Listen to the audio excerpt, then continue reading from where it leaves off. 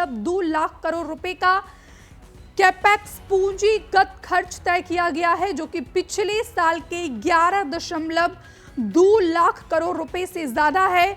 वहीं अगर rare earth corridor की बात करते हैं तो केरल, तमिलनाडु और ओडिशा में दुर्लभ खनिजों के लिए विशेष कॉरिडोर बनाए जाएंगे। इसमें आंध्र प्रदेश को भी जोड़ा जाएगा ताकि खनिज संपन्न राज्यों को फायदा मिले। टेक्सटाइल सेक्टर की बात करते हैं तो टेक्सटाइल सेक्टर में देश में बड़े टेक्सटाइल पार्क बनाए जाएंगे। दवाइयों के क्षेत्र में 10,000 करोड़ रुपए के निवेश के साथ बायोफार्मा शक्ति योजना शुरू होगी, जिसके तहत 3 नए संस्थान खुलेंगे। चिप मैन्युफैक्चरिंग की बात की जाए, सेंसेक्स में 1900 अंकों की गिरावट देखने को मिल रही है। इनकम टैक्स स्लैब में कोई बड़ा बदलाव नहीं किया गया है और इस बार के बजट में कोई बड़ा ऐलान नहीं किया गया है, कोई भी बदलाव नहीं किया गया है। और ऐसे में शेयर मार्केट जो है, शेयर मार्केट पूरी तरीके से क्रैश हो गया है। ये पूरी खबर हम आपको बता रहे हैं। इस बजट से देश के लोगों को, देश की जनता को काफी उम्मीदें थी, लेकिन बजट के बाद जो है शेयर बाजार धड़ाम हो गया है। शेयर बाजार में इस समय हाहाकार मचा हुआ है। सेंसेक्स में 2300 अंकों की गिरावट देखी गई है। ये बड़ी खबर हम आपसे साझा कर रहे हैं। और यहाँ पर अगर बात की जाए तो भारत अपना सेमीकंडक्टर मिशन ISM 2.0 लॉन्च करेगा। इलेक्ट्रॉनिक्स पर इस बार के बजट में जोर दिया गया है। मोबाइल और अन्य इलेक्ट्रॉनिक्स के कलपुर्जे बनाने के लिए बजट बढ़ाकर 40,000 करोड़ रुपए कर दिया गया है। इस बार के बजट में 6 बड़े क्षेत्रों पर सरकार का फोकस रहा है। रणनीतिक मैन्युफैक्चरिंग, जिसमें नए और जरूरी क्षेत्रों में उत्पादन की क्षमता को बढ़ाना है।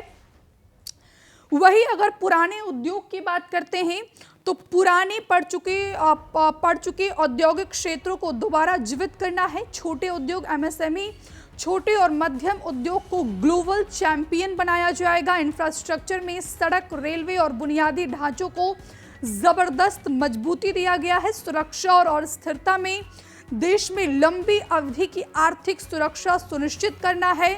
शहरों का विकास के लिए शहरों को व्यापक व्यापार और आर्थिक केंद्र के रूप में विकसित करना है। इस बार के बजट यानी कि बजट 2026 के अगर मुख्य 3 विजन की बात की जाए तो रफ्तार में प्रोडक्टिविटी बढ़ाकर आर्थिक विकास की गति को तेज करना है।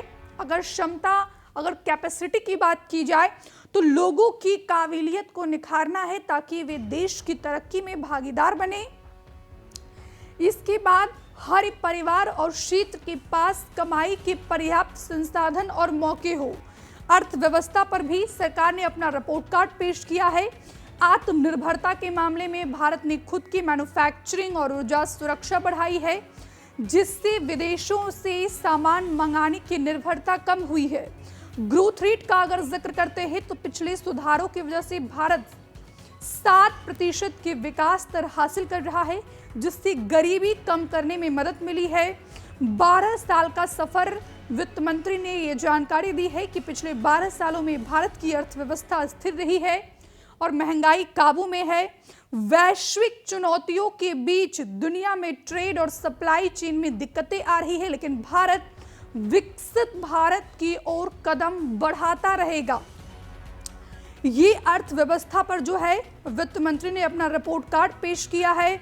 वहीं अगर सिविलियन एयरक्राफ्ट पार्ट्स बनाने के लिए मटेरियल इंपोर्ट पर टैक्स नहीं लगेगा। माइक्रोवेव ओवन बनाने के पार्ट्स इंपोर्ट करने पर छूट मिलेगी। पर्सनल यूज के लिए मंगाए गए सभी गुड्स पर टैरिफ 20% से घटाकर 10% किया गया है। कैंसर की 17 दवाइयों पर कस्टम ड्यूटी में छूट मिलेगी। सिविलियन एयरक्राफ्ट पार्ट्स बनाने के लिए मटेरियल इंपोर्ट करने पर कोई टैक्स नहीं लगेगा।